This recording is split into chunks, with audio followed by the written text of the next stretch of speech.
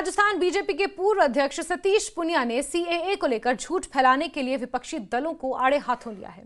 जम्मू में न्यूज 18 से एक्सक्लूसिव बातचीत में पुनिया ने कहा कि सीएए किसी भी धर्म के खिलाफ नहीं है, बल्कि उन लोगों के लिए नागरिकता अधिकार सुनिश्चित करने के लिए लागू किया गया है जो अब तक इससे वंचित रहे हैं।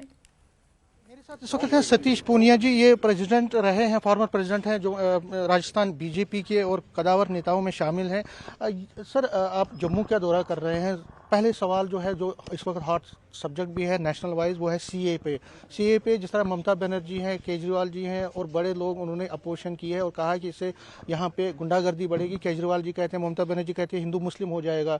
अमित शाह जी ने तो आज बयान दिया है, उसके कहा है कि ये सारा आपको लगता है कि ये भ्रम फैलाने की कोशिश है? मुझे लगता है ये लोग संवेदनाएं खो चुके हैं, क्योंकि सब लोगों ने जो बांग्लादेश में, अफगानिस्तान में, पाकिस्तान में जो हिंदू विस्थापित हैं, भारतवंशी जो विस्थापित हैं, उनकी जो पीड़ा है, उनको पहली बार प्रधानमंत्री नरेंद्र मोदी, अमित शाह जी ने उसको पहचाना और ये तक कहा था कि भले जिंदगी चली जाए लेकिन हम नागरिकता संशोधन कानून लागू करेंगे। ऐसे में ममता बनर्जी हो चाहे केजरीवाल हो, उनके जो बयान हैं एक किस्म से देशद्रोह है कि जिस तरीके की भाषा का इस्तेमाल उन्होंने किया है। मुझे लगता है कि वो लोग आएंगे। बहुत लोग ऐसे थे जो ये कहते थे कि पीढ़ियां गुजर गई, लेकिन हमारी इच्छा है कि हमारी जो अंतिम सांस है, हमारे अपने देश की माटी से हमारी सांसें निकलें।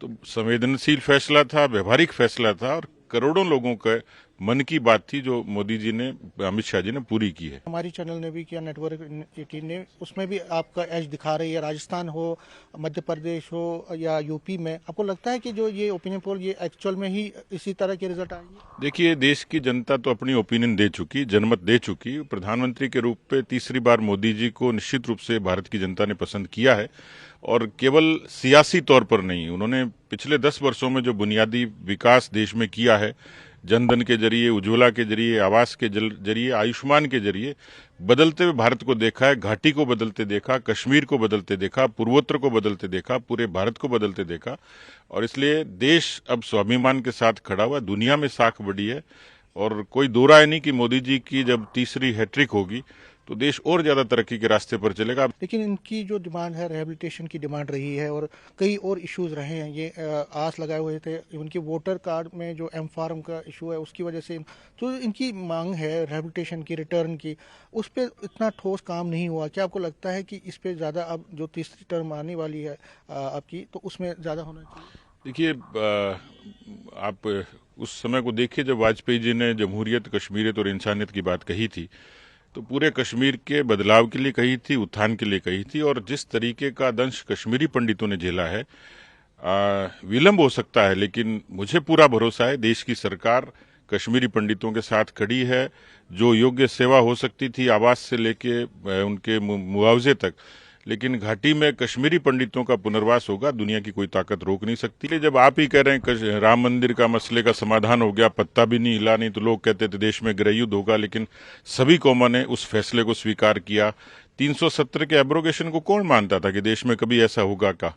जो समान नागरिकता संशोधन कानून है वो कभी लागू होगा क्या? तो मुझे लगता है कि उसके मुकाबले जब इतने बड़े चैलेंजेस को फेस किया है, उनका समाधान किया है, तो कश्मीरी पंडितों के साथ भारतीय जनता पार्टी, एनडीए, प्रधानमंत्री और पूरी सरकार, पूरी पार्टी उनके साथ खड़ी, निश्चित रूप से समाधान होगा। साफ कह रहे हैं कि जो सीए पे भ्रम फैलाने की कोशिश की जा रही है उसमें कोई भी सच्चाई नहीं है। सीए जो है किसी की नागरिकता छीनता नहीं है, इसमें हिंदू मुस्लिम करने की कोई जरूरत नहीं है। और कश्मीरी पंडितों पे उन्होंने कहा कि कश्मीरी पंडितों का जो मसला है, इनके जो इश्यूज हैं, उनको एड्रेस करना बीजेपी की प्राथमिकता है और उसको पूरी तरह से उनकी मसले और मसाइल को हल किया जाएगा। कैमरामैन आशु के साथ में समीर भट्ट, न्यूज 18 जम्मू।